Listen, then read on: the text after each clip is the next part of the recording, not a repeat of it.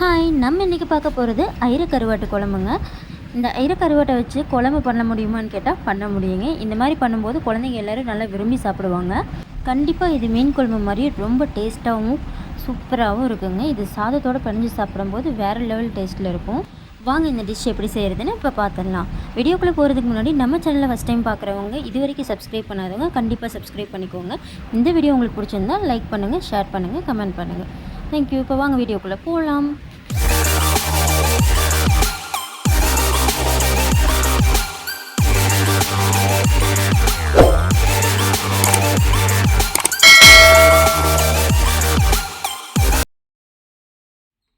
Stove on பண்ணி ஒரு கடாயில் கொஞ்சமாக ஆயில் விட்டுக்கிறேன்.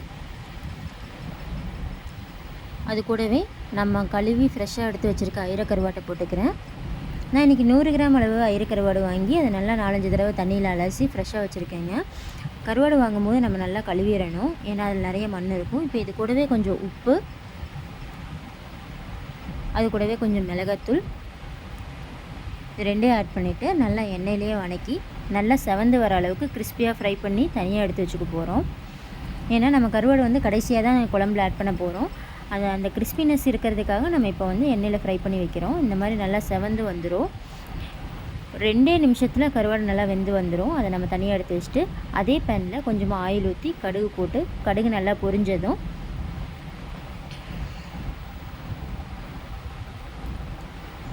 கொஞ்சமாக சீரகம் ஆட் பண்ணிக்கலாம்.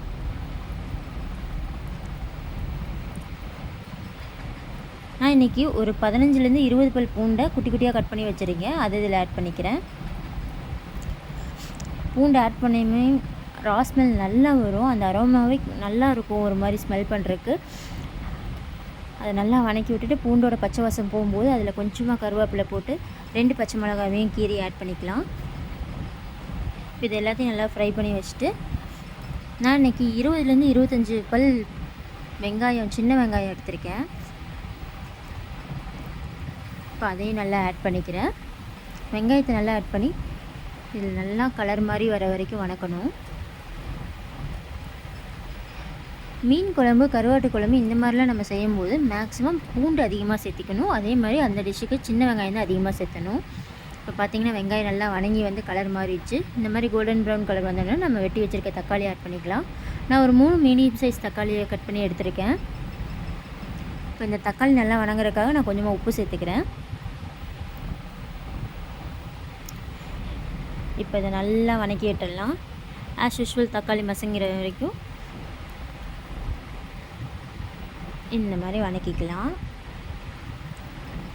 இப்போ ஓரளவுக்கு நல்லா வதங்கிடுச்சு. இப்போ இது கூட நான் மசாலா பொடி ஆட் பண்ணலாம். 1 டேபிள் ஸ்பூன் அளவுக்கு மிளகாத்தூள்,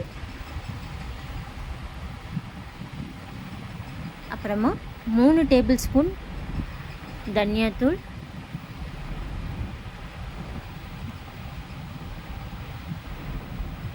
இதை நல்லா கிளறி விட்டுடலாம். மசாலாவோட பச்சை வாசனை போகிற வரைக்கும் இது எல்லாத்தையும் நல்லா கலந்து விட்டுடலாம். இந்த ஸ்டேஜுக்கு நல்லா கலந்து வந்ததுக்கப்புறம் இது கூட 1.5 டேபிள் ஸ்பூன் அளவுக்கு நான் குழம்பு மிளகாத்தூள் ஆட் பண்ணிக்கிறேன். உங்கள்கிட்ட குழம்பு மிளகாத்தூள் இல்லை அப்படின்னா மிளகாத்தூள்லையும் மல்லித்தூள்லையும் ஒரு ஸ்பூன் எக்ஸ்ட்ரா ஆட் பண்ணிக்கோங்க. அது கூட கொஞ்சம் சாம்பார் தூள் ஆட் பண்ணிக்கோங்க. இப்போ இதில் நம்ம நறுக்கி வச்ச காய்கறி போட்டுக்கலாம். நான் 3 கத்திரிக்காய், 3 உருளைக்கிழங்கு, ஒரு 4 துண்டு மாங்காய் ஆட் பண்ணியிருக்கேன். இப்போ இது எல்லாத்தையும் சேர்த்து இந்த மசாலாவோடு நல்லா கலந்து விட்டுடலாம். இப்போ இந்த காய்கறியோடு சேர்ந்து அந்த வெங்காயம் தக்காளி வதங்கினது சேர்ந்து நல்லா கலர் மாதிரி வரட்டும்.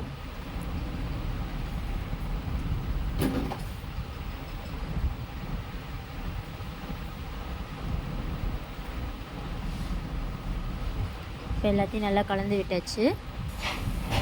நெக்ஸ்ட்டு நான் ஒரு லெமன் சைஸ் புளியை தண்ணியில் கரைச்சி புளி தண்ணி எடுத்து வச்சுருக்கேன். இந்த புளிக்கரைசலை இதில் ஊற்றிக்கலாம்.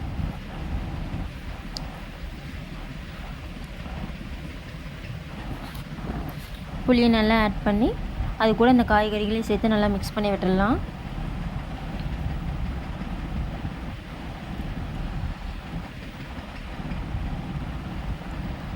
காய்கறி வேகிற அளவுக்கு உங்களுக்கு டைம் இல்லை அப்படின்னா நீங்கள் இந்த மசாலா வெந்து வர ஸ்டேஜ்லேயே நீங்கள் அந்த ஐர கருவாட்டை போட்டு நல்லா சுண்டி வரும்போது ஆஃப் பண்ணிக்கலாம். அதுவும் டேஸ்ட் சூப்பராக இருக்கும். நான் இன்றைக்கி குழம்பு மாதிரி வேணுங்கிறதுக்காக கொஞ்சமாக தண்ணி எக்ஸ்ட்ரா ஊற்றிக்கிறேன். இப்போது இந்த காய்கறி நல்லா வெந்து வர வரைக்கும் நம்ம டைம் கொடுக்கணும். நல்லா மூடி போட்டு ஒரு 10லேருந்து 12 நிமிஷம் நல்லா வேக விட்டுடலாம்.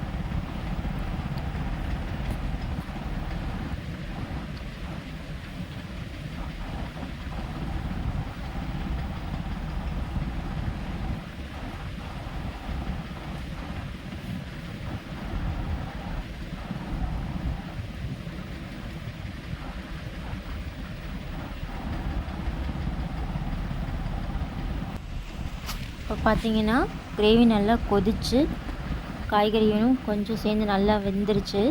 இப்போ இந்த புளிக்கரைசலோட எல்லா மசாலாவும் மிக்ஸ் ஆகி கொஞ்சம் கொஞ்சமாக கெட்டியாகிட்டு வருது. இதை நீங்கள் நல்லா சுண்ட விட்டு நல்லா தொக்கு மாதிரியும் யூஸ் பண்ணிக்கலாம். இல்லை இந்த ஸ்டேஜ்லேயே நீங்கள் கருவாடை ஆட் பண்ணி குழம்பு மாதிரியும் யூஸ் பண்ணிக்கலாம். நான் இப்போ இதில் இந்த கருவாடு நம்ம தனியாக எடுத்து வச்சுருக்க கருவாடை இதில் ஆட் பண்ணிக்கிறேன்.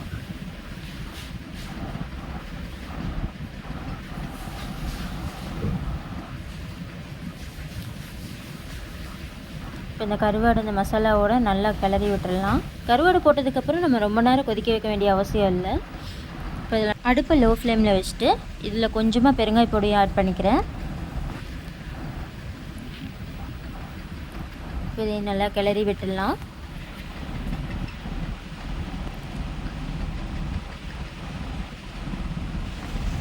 கடைசியாக டேஸ்ட்டுக்காக நான் 1 டீஸ்பூன் அளவு வெந்தயத்தை நல்லா வறுத்து பொடியாக்கி வச்சுருக்கேன். அதை இதில் ஆட் பண்ணிக்கிறேன். இந்த வெந்தய பொடி சேர்த்து நல்லா கிளறி விட்டுடலாம். இப்போ பார்த்தாலே உங்களுக்கு நல்லா தெரியுது இந்த ஐயிரை கருவாடு தொக்கு மாதிரி நல்லா ரெடி ஆகிட்டுருக்கு. இப்போ அவ்வளோதாங்க, சுவையான ஐயிரை கருவாட்டு குழம்பு ரெடி ஆயிடுச்சு. இது மேலே நீங்கள் கொத்தமல்லி தழையும் போட்டுக்கலாம், கருவேப்பிலையும் போட்டுக்கலாம். இப்போ அப்படியே இதை நம்ம ஒரு பவுலுக்கு ட்ரான்ஸ்ஃபர் பண்ணிட்டு சூடாக சர்வ் பண்ணலாம்.